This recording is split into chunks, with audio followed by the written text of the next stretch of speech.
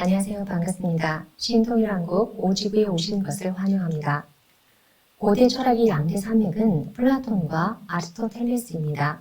플라톤의 이데아 사상은 이 세상을 부정적으로 바라본다는 비판을 받았습니다. 그리고 플라톤의 제자였던 아리스토텔레스는 플라톤과는 달리 진리는 현실에 있다는 관점으로 이데아를 바라보았습니다. 플라톤에게 현실 세계는 이데아의 분유입니다. 나누어졌다는 것이죠. 이데아에 있는 의자는 본래의 진짜 의자입니다.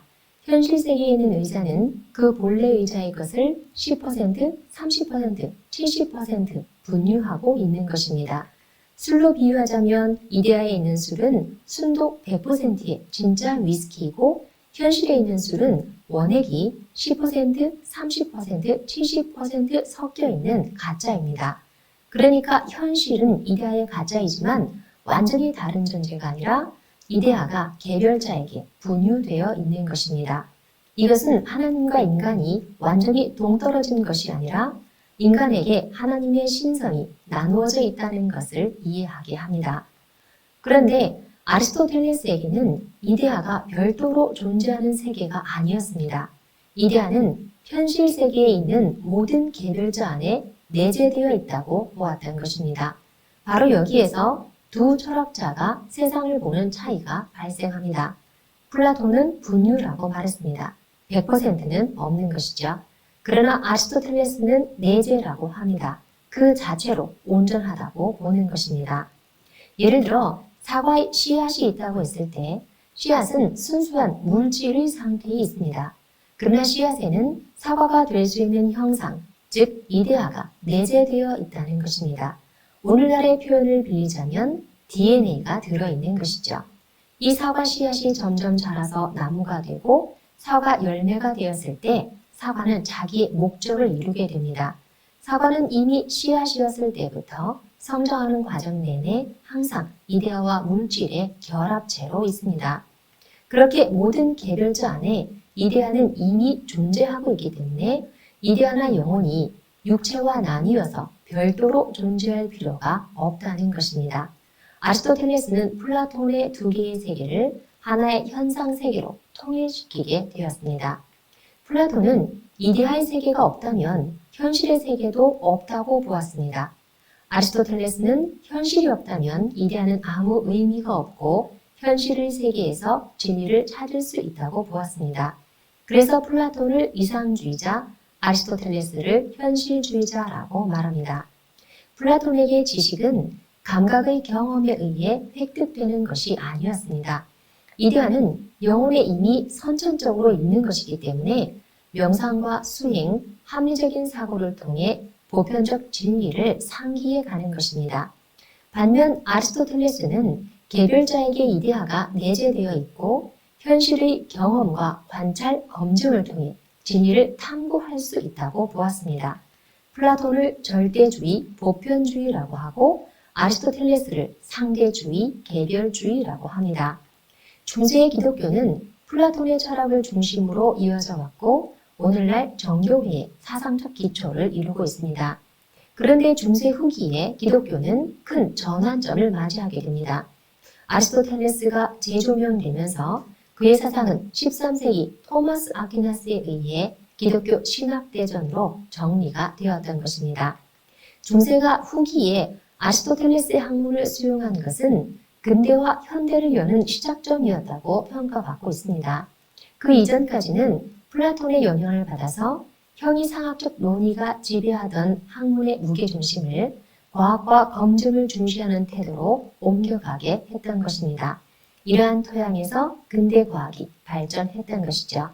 그렇게 중세 후기 기독교는 아리스토텔레스의 철학을 중심으로 이어져서 오늘날 가톨릭의 사상적 기초를 이루고 있습니다. 중세시대의 신과는 하나님을 정신적 측면으로 규정했기 때문에 정신의 세계, 영적인 세계만을 중요시하는 경향이 오랫동안 지속되어 왔습니다. 그래서 기독교 성도들은 종교적으로는 물질을 경시하고 현실적으로는 물질을 추구하는 모순적인 삶의 문제로 어려움을 겪었습니다.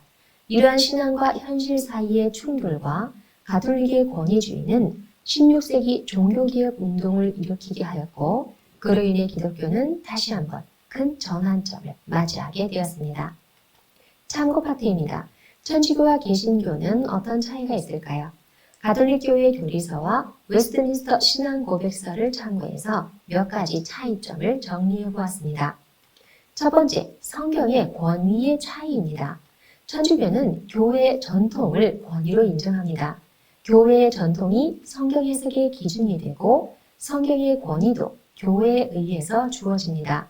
반면 개신교는 오직 성경의 권위만 인정합니다. 인간의 구원과 신앙생활에 관한 모든 진리가 성경에 분명히 담겨 있기 때문에 다른 기준이 필요 없다는 것입니다. 두 번째, 성경입니다. 천주교는 구약 39권과 신약 27권과 외경 7권을 더해서 도합 73권을 정경으로 인정합니다.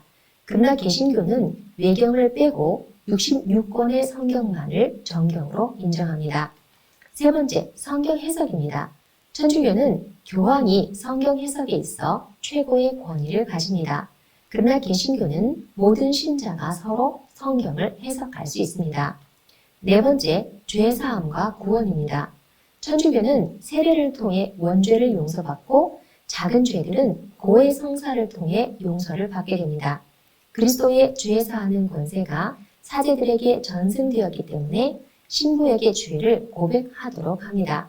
개신교는 오직 예수 그리스도의 십자가 대속의 공로로 죄사함이 단번에 이루어집니다.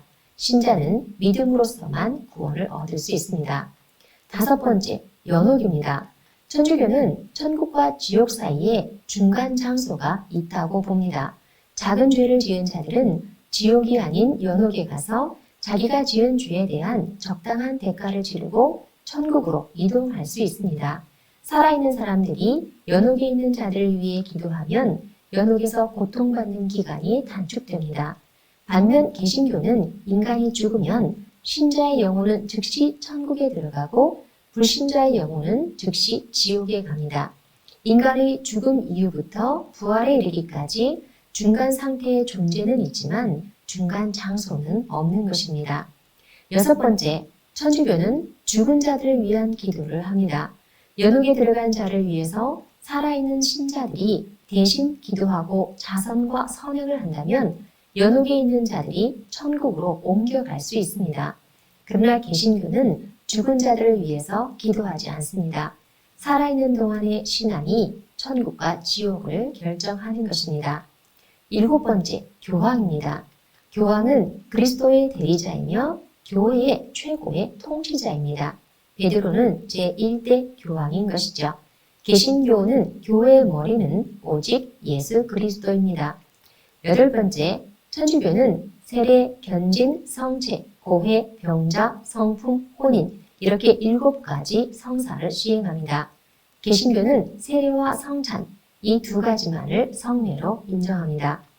아홉 번째, 국가와 교회의 관계를 바라보는 견해가 다른데 천주교는 국가와 교회가 둘 다 교황의 통제 아래에 있습니다. 개신교는 국가와 교회는 분리되어야 한다고 생각합니다. 열 번째, 천주교는 사제와 수녀가 독신으로 살지만 개신교의 목사는 결혼을 합니다. 11번째, 종교다원주의입니다.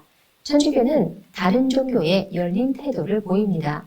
종교다원주의의 문호를 개방하고 타 종교에도 구원의 길이 있다고 여깁니다. 개신교는 예수 그리스도만이 유일한 구원자이며 성경만이 구원에 이르는 진리라고 믿습니다. 시청자 여러분은 어떻게 생각하시나요? 다음 시간에 뵙겠습니다. 감사합니다.